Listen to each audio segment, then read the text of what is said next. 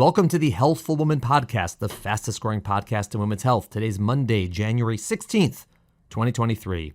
Today is our final podcast in the preterm birth and periviable birth series we've been doing.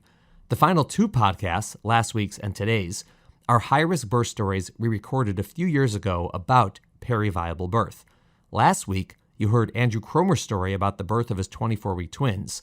And today, you're going to hear Simi Hersko's story on the birth of her 23-week twins. Very similar situations, but completely different stories.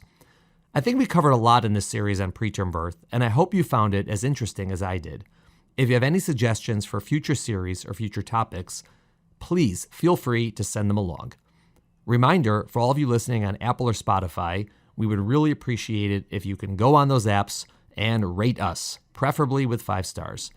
Thanks for listening. Next Monday, we have a new guest on the podcast, Dr. Sadra Mobeen, who's going to talk about tears, lacerations, and episiotomies. Have a great week. Welcome to today's episode of Healthful Woman, a podcast designed to explore topics in women's health at all stages of life. I'm your host, Dr. Nathan Fox, an OBGYN and maternal fetal medicine specialist practicing in New York City. At Healthful Woman, I speak with leaders in the field to help you learn more about women's health, pregnancy, and wellness. Simi, thanks for coming on the podcast. So nice to see you. Well, same here. How's everything going with you, the family, COVID? Well, I just got my shot. So. Just got your vaccine. I know. This is going to be the big ad. Simi got the vaccine. We did couples vaccines yesterday, right? That's right. That's amazing. We're all ready and, There was some hesitation at first to do it initially. A lot of hesitation. But,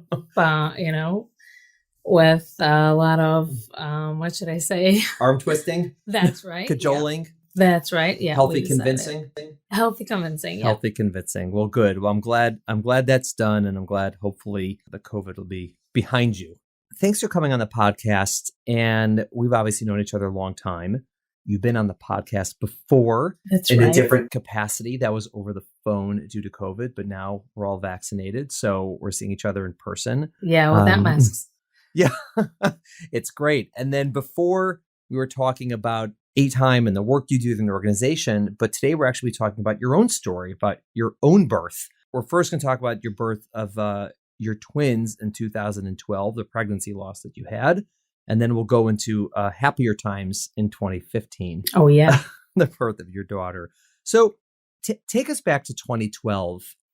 At the time that pregnancy, before you got pregnant, who is Simi Hersko? Where are you in life? How old are you? What are you doing? So I'm just a plain Jane, regular woman trying to have a baby. Actually, a couple. Mm-hmm. We were going through infertility at that point for 6 years. Actually, when I became pregnant in 2012, it was a really anticipated, I wouldn't say highly anxious, because I wasn't that anxious in terms of, I didn't know that being pregnant with twins was such I knew it was a high risk thing, but I didn't know, to what extent I need to be anxious. But so this is coming after a couple of failed IVF cycles and an intense infertility diagnosis. So I was pregnant with twins. It was the second time I was pregnant with twins. The first time I was pregnant was in 2010. Or 11, I'm not really sure. We have 2010 in our records. 2010? So, yeah, okay. I guess. But you know what? It was just a phone call. We could have been wrong. Yeah. It was just a phone call then, because I had called in to say I was pregnant. And then when I was like 7 weeks pregnant, I had lost the pregnancy.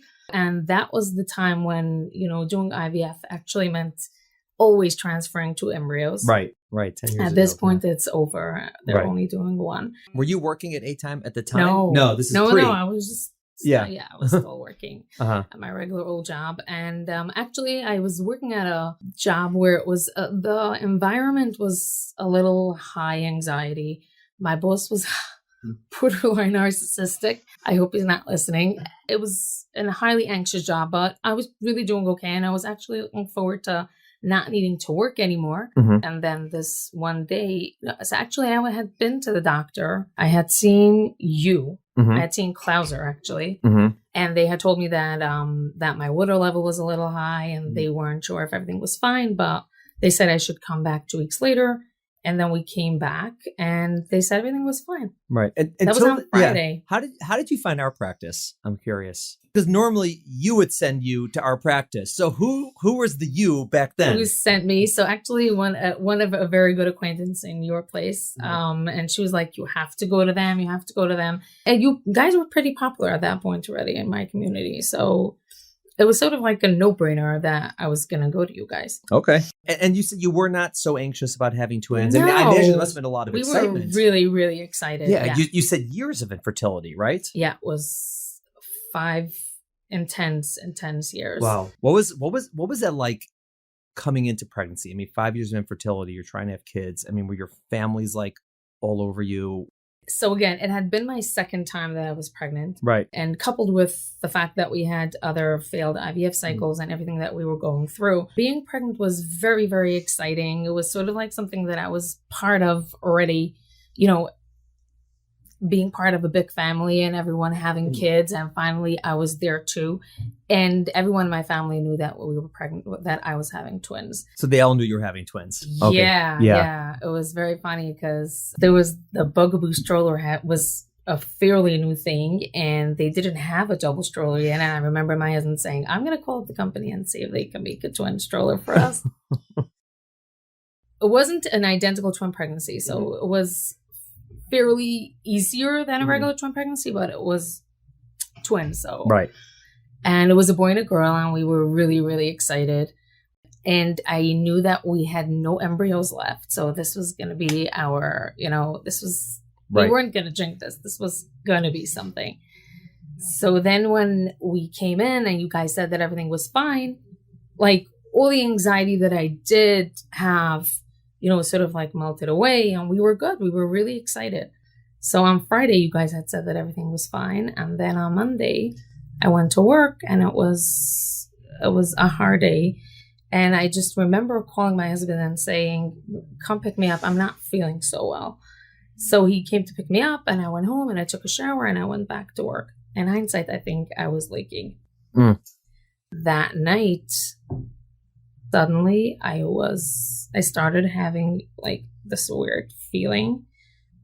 I wasn't sure it was contractions because I didn't really have contractions to know what it was. I was 23 weeks then. I remember calling up my sister and I was like, I'm not feeling so well. And she was like, what's going on? I said, I don't know. I think my water broke.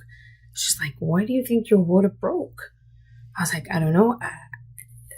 Involuntarily something happened. It's not, I didn't do anything, but right. I think something is wrong.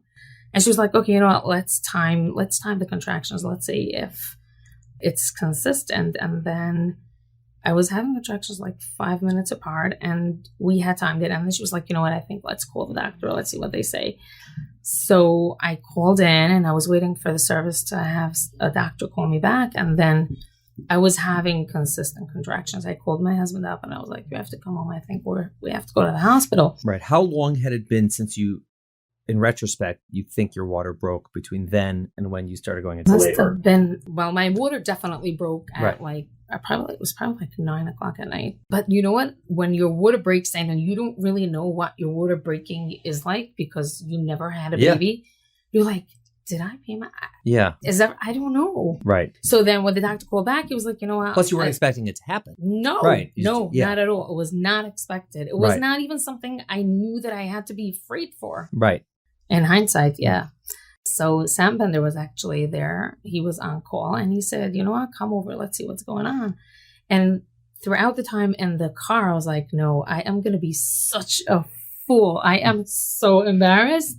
But then I was having contractions consistently. So I was like, I don't know. I don't think I'll need to be embarrassed. So then we came into the hospital and he took a test. I'm not really sure what it is. I guess a swab to check whether or not it's the amniotic fluid. And I don't remember how much time had passed because it's a little bit of a blur. But he came back and he said, yeah, your water broke. And I was like, okay, so what does that mean? He's like, that means that you are going to have to stay in the hospital until either we're going to try to stop the contractions and see, what's going on, or, hopefully you'll be able to pull through and we'll see how it's going to work out. At that point, I still don't think, we realized what situation we were in, because we did not anticipate the babies coming. We really didn't. It wasn't even something that we discussed. Like, it was sort of like, okay, we're gonna. So I called my mom. She was in Florida, and she was like, trying to figure out how to come back. At that point, they put me onto magnesium, which is the worst thing ever. Mm-hmm. And I guess some other concoction of stuff to try to keep the labor from coming. Yeah, I mean, it's usually magnesium, and there's steroids and Yeah, we definitely got the and steroid antibiotics and That's potentially right, something for antibiotics. contractions. And at the time, I was just trying to get a sense of, you're coming in, you're 23-ish weeks. It's a very difficult situation, obviously. But you're saying that you didn't grasp exactly what was happening at first, which is normal. That happens a lot. It's a whirlwind. There's so much happening at once. There's so many things to understand, to learn, to listen. And people start throwing numbers and figures and facts at you. How long did it take from when you got to the hospital till you sort of realized, oh, here's the situation, here's the decisions we need to make, here's what the possibilities are? Was it hours or was it days? Well, the decisions that we were going to make were actually only done once we had to make the decisions. Right. We were sort of in fight or flight mode. It was sort of like, as a couple, we were really scared, because the prospect of imagining that this was going to end in not a good way was not even something. Maybe we were in denial. We were also young, not very young, but young. I don't even remember discussing what we were going to do if the worst case scenario was going to happen. Right. It was sort of like, okay, let's see what the doctors can do. We're definitely going to pull through. And, everyone in the family started telling us stories about people that they know someone that their water leaked and everything was fine, and the water came back to normal. And well, at that point I wasn't so familiar, and I didn't really know the stories that people are telling, because when your water leaks, it can replenish, but when your water breaks, it usually doesn't replenish. Right. So being on magnesium took up 2 days of my life, and I was not there. I was sleeping a lot, and I was really not there. By 2 days later, I was up and about, and I was feeling much better. Some of my friends started coming to visit me, and we were like, yeah, you know what? We're in it for the long haul. And my friend came, and she was hanging posters on the walls, to make the situation lighter. My husband was really tired, so he would go to sleep, and some of my brothers would come to sleep with me so that I shouldn't be there alone. But I don't remember thinking this was going to be the end. I remember thinking we're going to pull through this. And right. So you were pretty hopeful at that point. Yeah. Yeah. Okay. Maybe I was naive. No, I mean, listen, people, when you're in a situation like that, some people feel hopeful. Some people feel dreadful. Some people it switches off every day or every minute or every hour. Sometimes it depends who walks in the room. That's right. You could have a very optimistic doctor or nurse, or a very pessimistic doctor or nurse, and it's just that's right. It's one of these things. It goes back and forth a lot in those situations. Right. In general, though, as a couple, both of us are more optimistic people. Mm-hmm. So even when we found out our infertility diagnosis, which was pretty bleak, we were really optimistic, even though at one point we were not sure that we would be able to have kids. We're pretty good like that. Like, I would say we were really good about it, and we were really, optimistic and positive. So when this happened, this didn't break us. It was sort of like, okay, you know what? Something happened. We've been through the gamut until then. So we were going to make this through too. It wasn't something that, was going to break us or something that was going to break me, or it was definitely, I guess it was also part of the way we took things in life. So the fact that it happened, again, maybe it was naivety, maybe it was positivity in a naive way, but right. we were okay. We knew that we were going to make it through. If we made things through until now, we were going to make this through. So it didn't really dawn on you that the kids might not survive. It just, I mean, no, yeah. I didn't. No, we didn't think about it that way. And then on Friday, Dr. Silverstein came by, and I have never seen such a straight face in my life. He's usually, the rah-rah guy, and he's sitting down on my bed, and he's very serious. And I was like scared. Like, it was an interesting thing for me to see him being so serious. And he was telling us, what's going to happen if the babies are born and we'll never be able to have a baby naturally. It's going to have to be with C-section. I was like, who cares? Like C-section, not C-section, as long as we're going to have healthy kids, it's not going to, the C-section is just going to be another hurdle. It's going to be fine. But then on Friday, I started noticing that, some things were weird. And by Friday night, you came in to the picture. You were there. And I guess I went into labor again at that point. I think I started having the infection then. Yeah. You were taking care of me all night.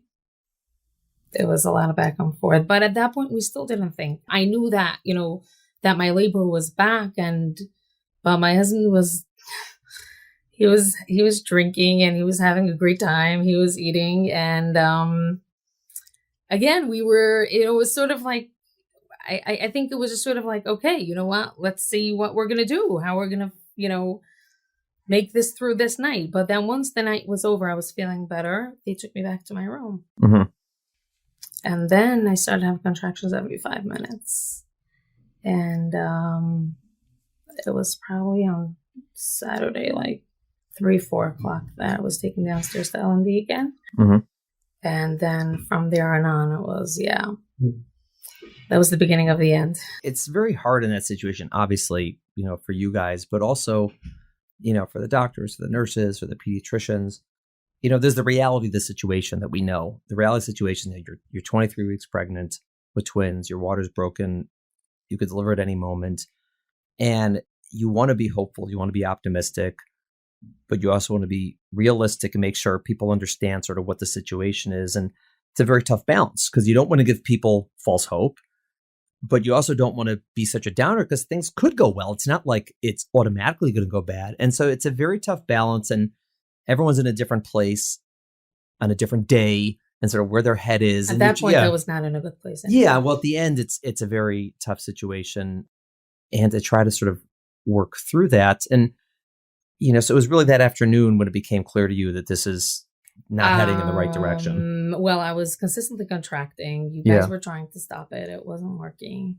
I was really not feeling well. I remember thinking to myself, I wish I can just start all over again. And then I was like, no, but I can't start all over again. There's 2 babies there. The truth is, I was a little worried about the baby whose water broke, because you guys had told us that, without water, the baby had a very small chance of surviving, but we were hoping that the other baby would be fine. I guess we were hoping for a miracle. But in the back of my mind, I was worried about having a sick baby, knowing that not having water, for at least a week. It was almost a week at that point. I mean, it's more so that baby's more likely to be infected, and, they can... That baby didn't end up looking so good either. It's also something, why did the water break? And sometimes there's a problem from the beginning, which caused it. I mean, there's a lot of unknowns at that point. And one of the things I wanted to talk to you about now, because, listen, we spoke then 10 years ago. It was a different conversation, but it's 10 years? Almost. It's 9 plus. When someone's in that situation, right, you're 23 plus weeks and you're in labor, right? There's basically 2 directions that can go. One direction is, this is going to be a very premature birth, in which case we're going to, give you all the medicines we can, do a C-section if necessary, resuscitate the babies, intubate them, give them all the stuff. And the outlook for them is, it's not 0, but it's bad, right? So they're very likely not to survive. And if they survive, they're very likely to be sick, right? That's one way to go. And the other way to go is, this is a pregnancy loss. This is a miscarriage. And there isn't like a hard line between one and the other. Clearly, if you're 16 weeks, it's a miscarriage. And clearly, if you're, 30 weeks, it's a preterm birth. But as you start getting towards the middle of those 2, it's hard. And a lot of it is based on sort of what's the prognosis and what are the parents' thoughts on this. And ultimately, you had to make that decision about, what are we doing, right? Am I doing a C-section of these twins, and are we having the pediatricians come resuscitate them? Or are we, turning down the lights and starting like a grieving and mourning process for losing the pregnancy? Do you remember having to make that decision at the time? Yes. Yeah. So very much so. Yeah. Tell me about that. How that was for. I remember it on my end. I'm just curious, what was it like on your end? So thankfully, I find myself really lucky, and the more exposed I am to people who have to make that decision, I realize that we were really lucky that as a couple, our decision was unanimous. It wasn't he wanted something different than me or that he felt different than me or vice versa.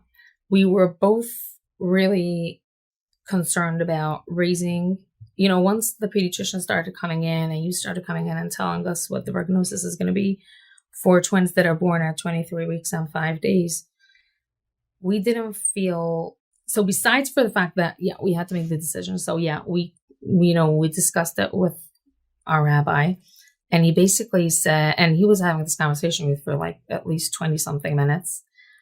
You guys were going back and forth. And then ultimately he came back and said, the decision is yours. You can do whatever you want. And my husband was like, were you expecting him to say that? Or were you expecting him to tell you what to do? No, I think my husband was like, what would you do? Right.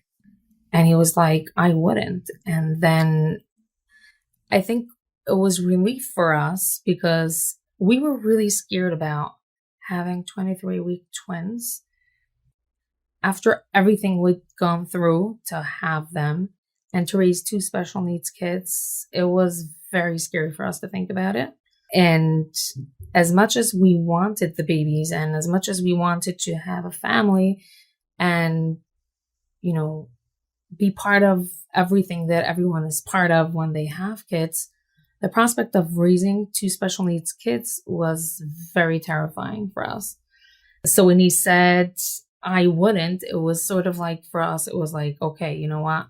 We're not crazy. Like we're not crazy that we don't feel ready to do that.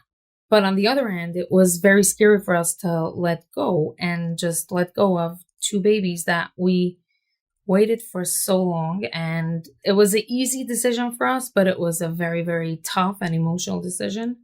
And again, I'm very thankful that we were both on the same page because I know that a lot of couples do sometimes have, the questions of, I do or I do want, I don't feel like it could. Some people feel like they can't do it. Like they can't just let go. It's a way of coping.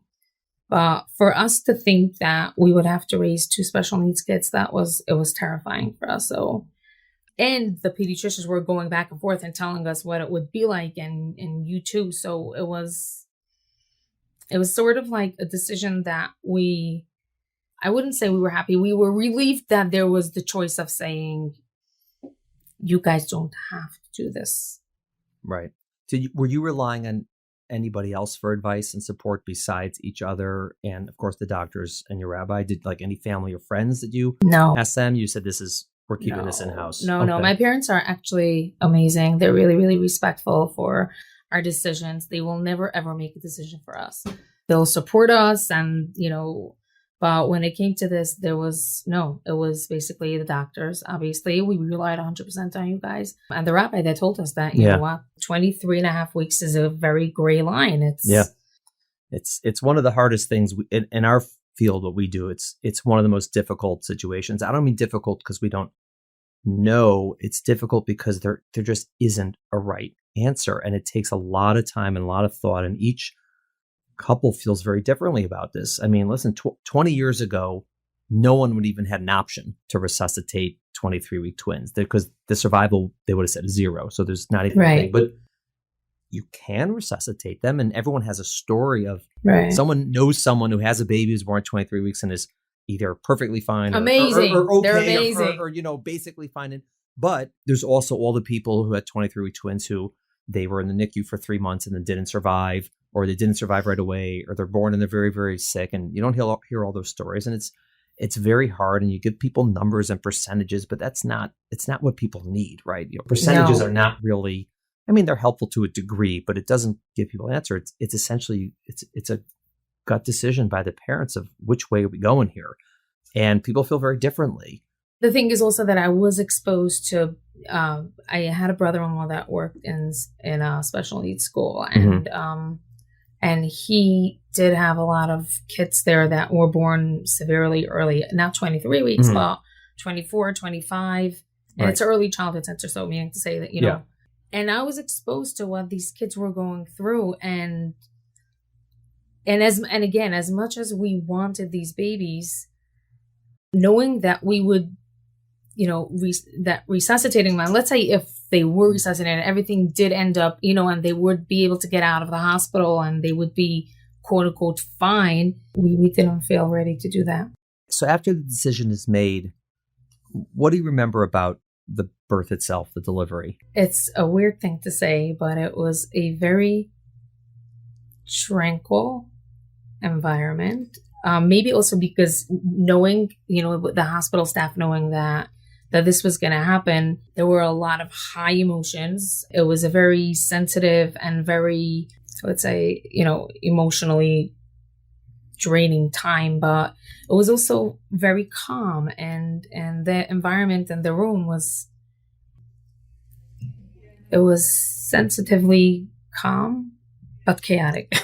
Mm-hmm. I remember you being a little nervous.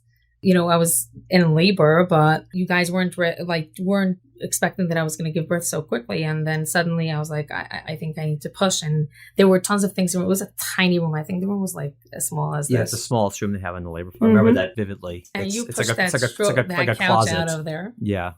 I remember thinking, I don't know how to push.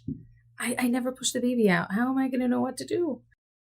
But I guess it's a natural instinct. And I remember pushing baby A out, and then I was like, wow, I'm not done yet. I still need to push another baby out. It was a really, really sad time for both my husband and I. As a doctor, tell me what you saw. I mean, it's horrible. I mean, it is, we try to keep it, as you said, peaceful, it was tranquil, quiet. It's part of the reason that decision about what we're doing changes everything, right? If it's a situation where we're planning on resuscitating one of these things, we're going to deliver in an operating room. There's going to be 55 people on standby. It's going to be a whole team. The lights are going to be bright. It's a different environment. But if it's a pregnancy loss, you're going through one of the most horrible events of your life. Physically, you're going to be okay. I mean, things can go wrong, and we watch them, but basically, it's an emotional thing. So we try to keep your pain as little as possible. We try to, if people need something to calm them, like a Valium type, that's fine. We try to keep the lights dim. We try to be quiet. We try not to keep coming in out of the room. And during the delivery, it's not like rah, rah, push, push. It's very gentle and calm. And, the same thing when the babies are born, we just try to keep things quiet, ask you, like, would you like to hold the babies? Would you like to see the baby? Those types of things, just to keep it as, because your memories are going to be horrible, right? It's a horrible event, but for people, so that's the amazing thing, that the memories are not horrible. Right. I say, but it's a horrible event. But when the loss is horrible, right? But if during the loss it's peaceful. People have that when someone elderly, when they pass away. There's a difference between someone dying in something that's like violent and aggressive and horrible versus sort of like they say it was very peaceful, very tranquil, and the memories of the event aren't horrible. It's horrible that someone died, but the event itself actually gives people some peace that it happened in a way that was, spiritual, peaceful. They just feel like there wasn't suffering. Yeah, it was spiritual. And so it's sort of the same way with these births, and they're always, we want the memory to be something of the event, to not be something that evokes horror. What happened is horrible, but the event, people should feel like, I said goodbye in a way that was meaningful and that wasn't stressful. And so we try, but it's obviously it's very different for everybody. But I think that also, I remember that after I gave birth, I was in touch with someone who also lost twins, and she was like 21 weeks. She was at a doctor who was not very nice. She ended up delivering the babies alone because no one was in the room. And she was very, very traumatized. And I remember thinking, I'm lucky that I'm not traumatized. And then her doctor came in and he was like, okay, I guess you'll just have to try again next time. She was like, what am I, a candy machine? Like, okay, let's try again. And I remember she was really, really traumatized.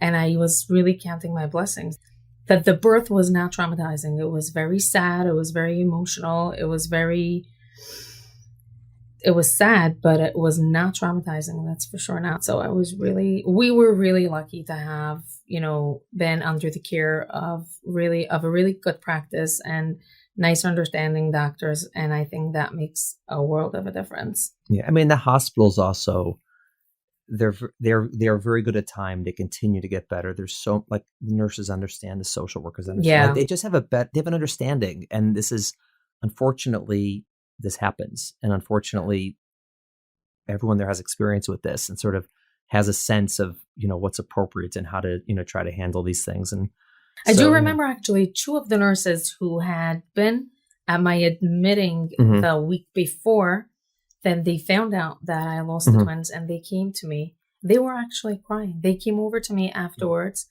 They came into the room and they were saying they were so sorry. But I remember being really impressed that they actually came to say they were, like that they really, really felt along with us.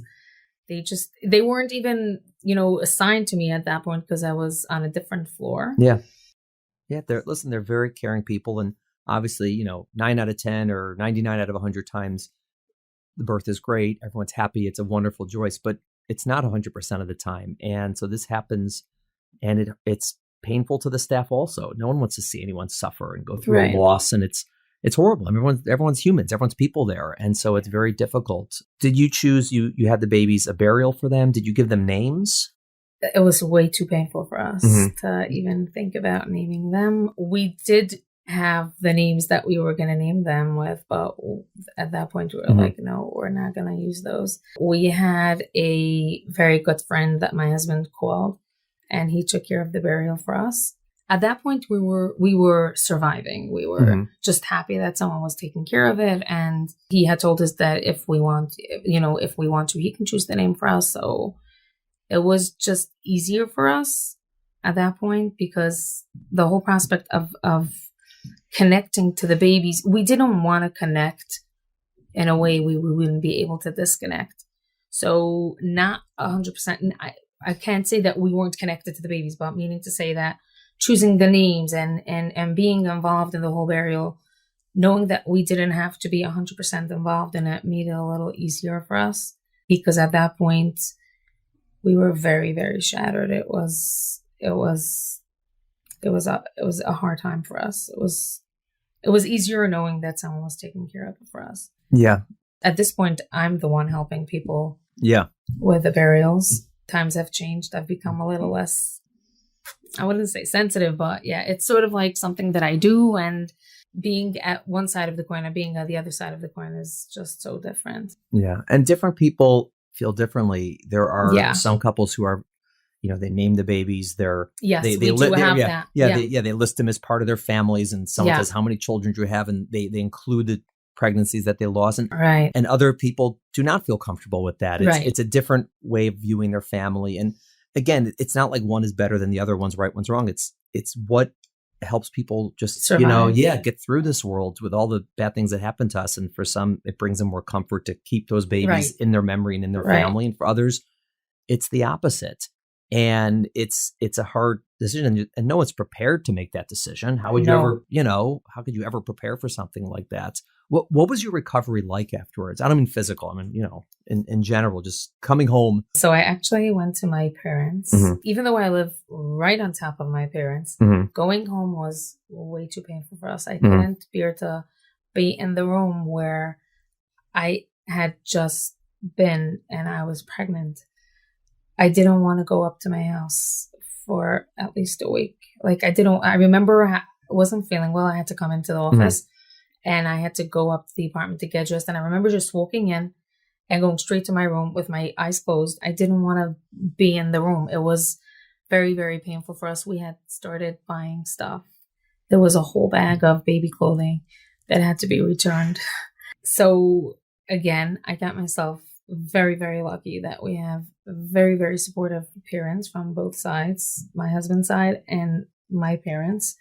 They were very, very supportive. And I remember my dad traveled like a half hour away from where we live to go buy my favorite cookies because he really wanted me to eat because I was not eating and not drinking. And I remember them being very scared that I was becoming anorexic because I couldn't eat and I couldn't drink. And I remember my husband coming by to you guys on Friday, and he bought some stuff and he was mentioning that I wasn't eating. You guys were like, no, you don't have to worry. It's going to come back eventually. There was a lot of grieving. My sister almost came over. They were sitting with us, and my sisters, I remember my sister one of her sister-in-laws had a baby. She was going to go to Montreal and for the bris, and she stayed behind with me. And it was a heavy grieving process. There was a lot of crying involved, just out of the blue. And I remember not being able to sleep at night. And then I started Googling what the chances are of 23-weekers surviving. And I started seeing all this controversial stuff. And people were saying yes, and people were saying no, and people were saying, oh, the babies, I had 23-week twins and they're doing amazing. And just the fact that they have, one is blind and the other one has cerebral palsy, but they're perfectly fine.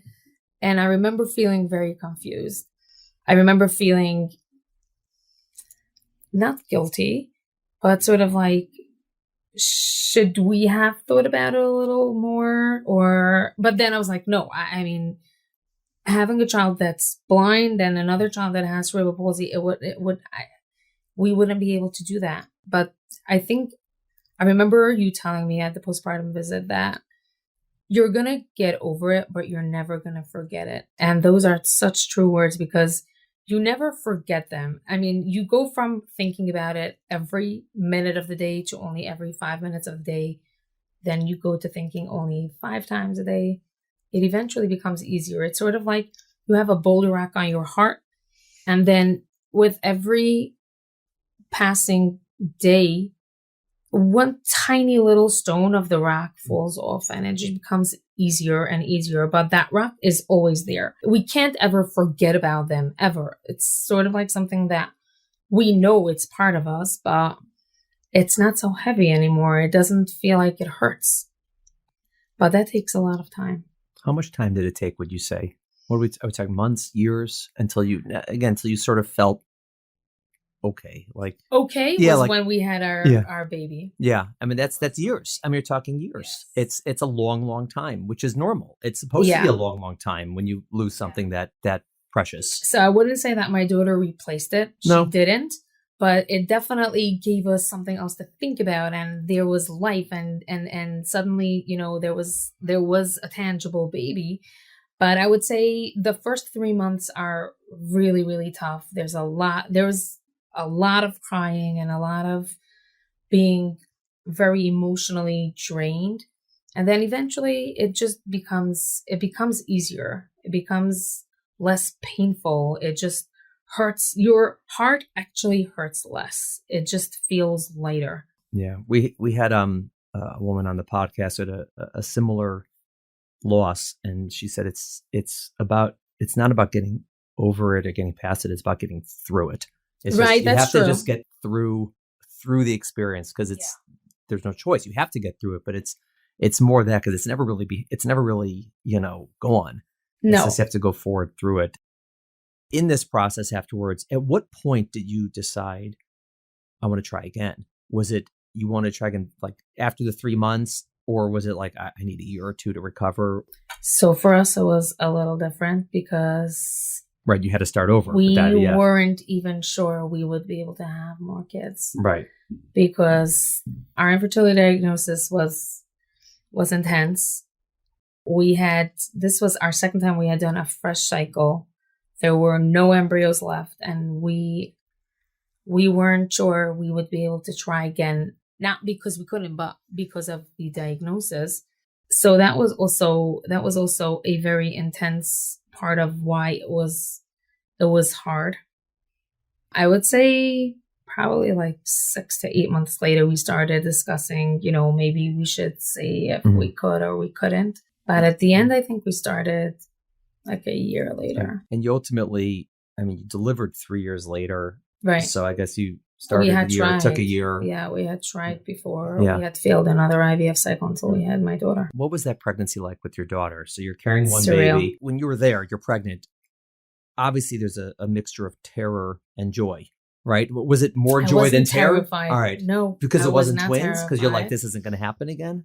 So I remember asking, like, you telling us that, you know, it was probably the twins. And if you become pregnant with twins again, we're going to have to take one out. And I remember feeling very anxious about it, about, you know, the fact that, you know, what are we going to do if we do become pregnant with twins? I still have a fear that. I'm not sure if that's exactly what I said, but whatever. That's fine. We don't. That's your I memory have of a it. That's feeling. okay. I still remember. Right. Every time we try again, it's like, okay, I'm for sure becoming pregnant with twins, and it's going to be identical. What are we going to do?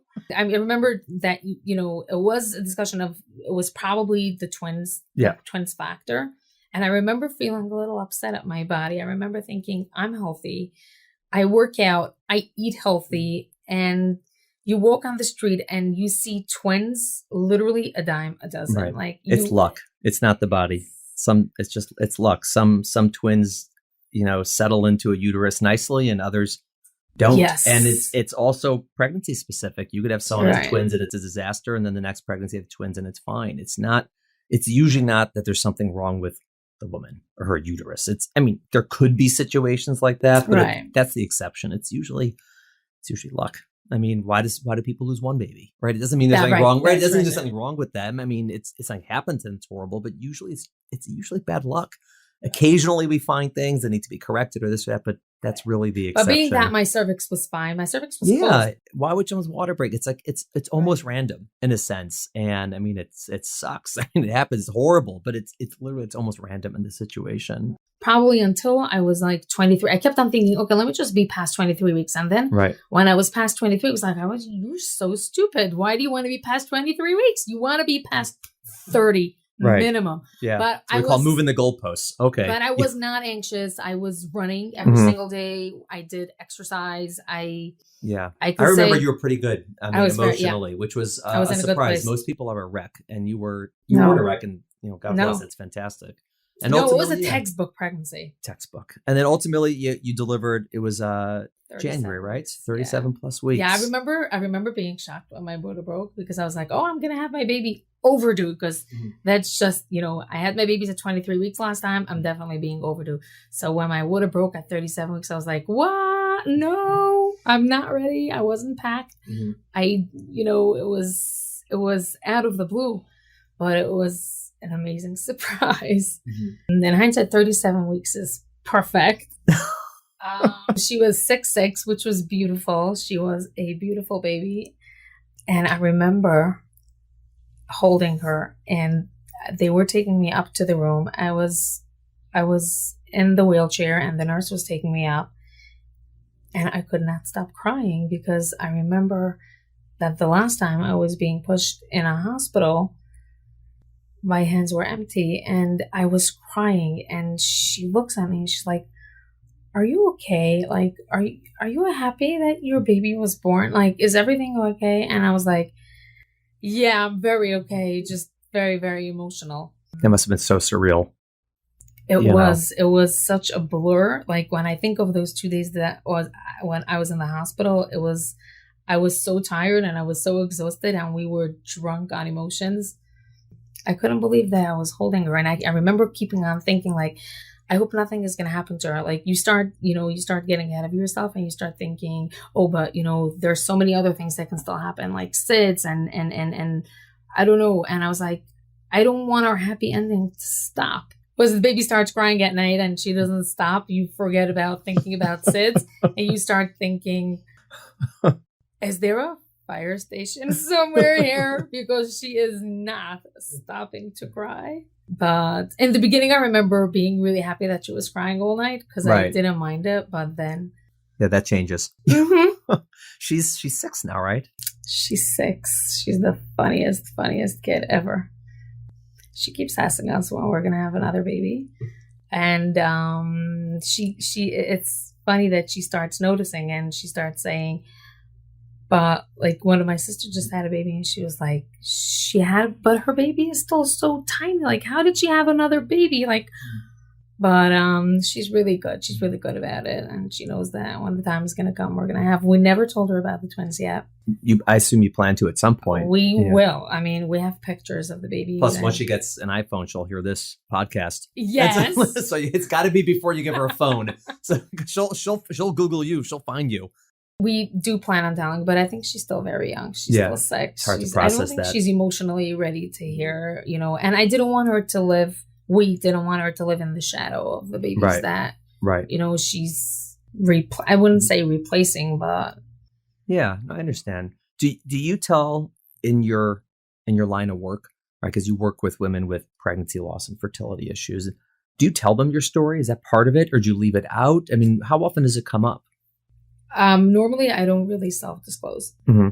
Unless it is someone that I was specifically assigned to, meaning to say that she's going through a hard time and, whatever. Or in specific situations where I will connect with the patient in a different way, or because she's going through the same thing and whatever, then I will talk about it and I will, discuss it with them. But I find, that every person, as you say, accepts things differently, and everyone, has their own way of overcoming things. So let's say even when I discuss it with my friends, like sometimes they'll be so surprised that there's this option that you can choose to say we're not resuscitating, or how we came to the decision, or why we would come to the decision that we would do that.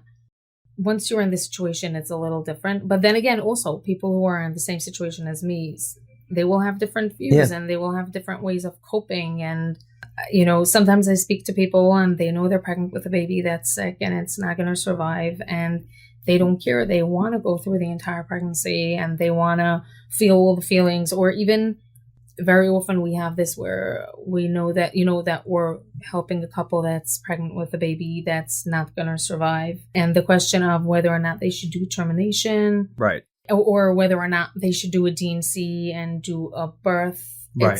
It's a very hard decision for people to make.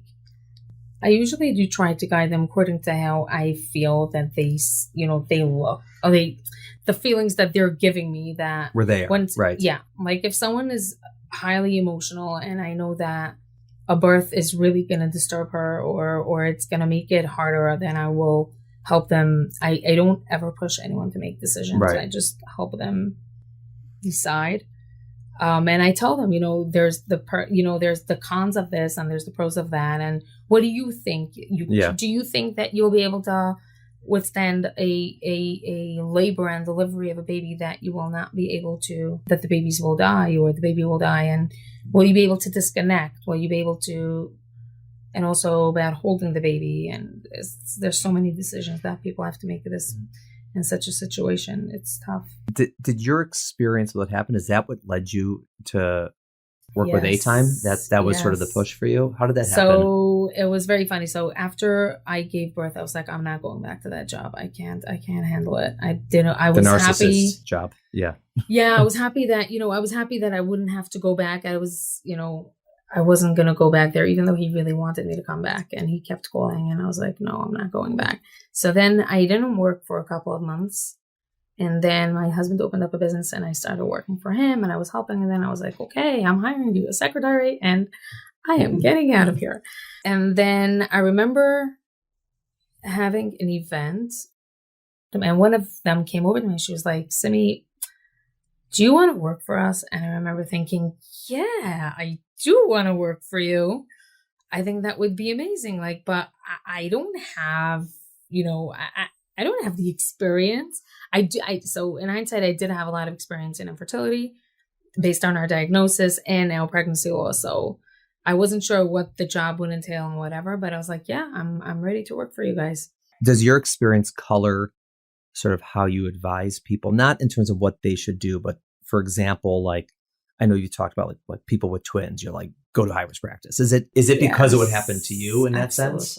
Yes. Yeah, Yes. I figured that might be the case. You tend to be a little more aggressive. Hey, we appreciate that, but you know what? I just heard a story of someone who had triplets, was not using a high risk practice, and the person who was telling me the story, she was going through a pregnancy where I told her to go to you guys, in the end, her pregnancy ended up not being that high risk, but she was happy that she was with you guys. And she was like, she didn't use a high risk doctor. And I was like, not for everyone. All right. What made you decide to come in today to tell your story? I'm curious because you volunteered. You said, let's do it. I think that hearing other people's stories sometimes will help people make decisions.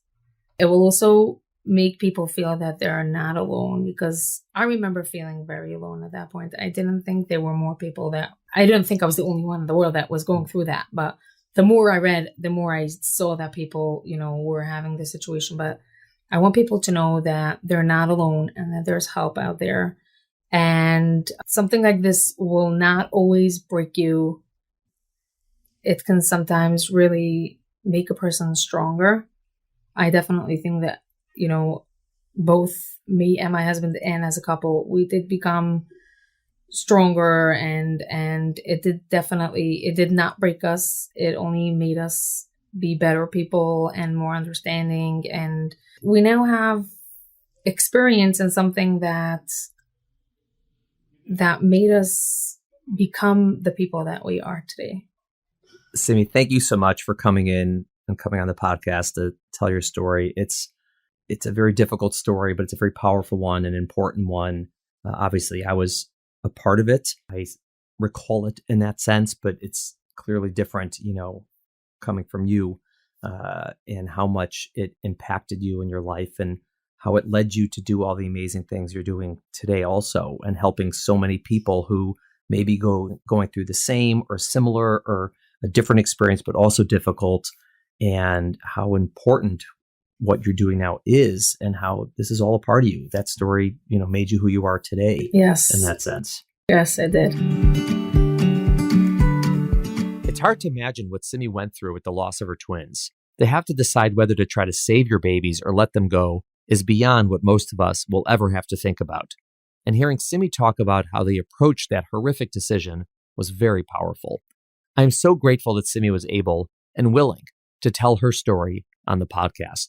One thing that struck me when talking to Simi was the idea that someone could have a birth with such a horrible outcome, yet still not consider the birth itself traumatic. And we've seen the exact opposite as well in this podcast. Women who had good outcomes, but had traumatic births. This is one of the big lessons I've learned from this podcast, that the memory and emotions of the experience of the birth is sometimes not related to the outcome itself. Thank you all for listening. Have a great day and have a great weekend. See you Monday on the Healthful Woman podcast. Thank you for listening to the Healthful Woman podcast. To learn more about our podcast, please visit our website at www.healthfulwoman.com. That's HEALTHFULWOMAN.com. If you have any questions about this podcast or any other topic you would like us to address, please feel free to email us at hw@healthfulwoman.com. Have a great day. The information discussed in Healthful Woman is intended for educational uses only and does not replace medical care from your physician.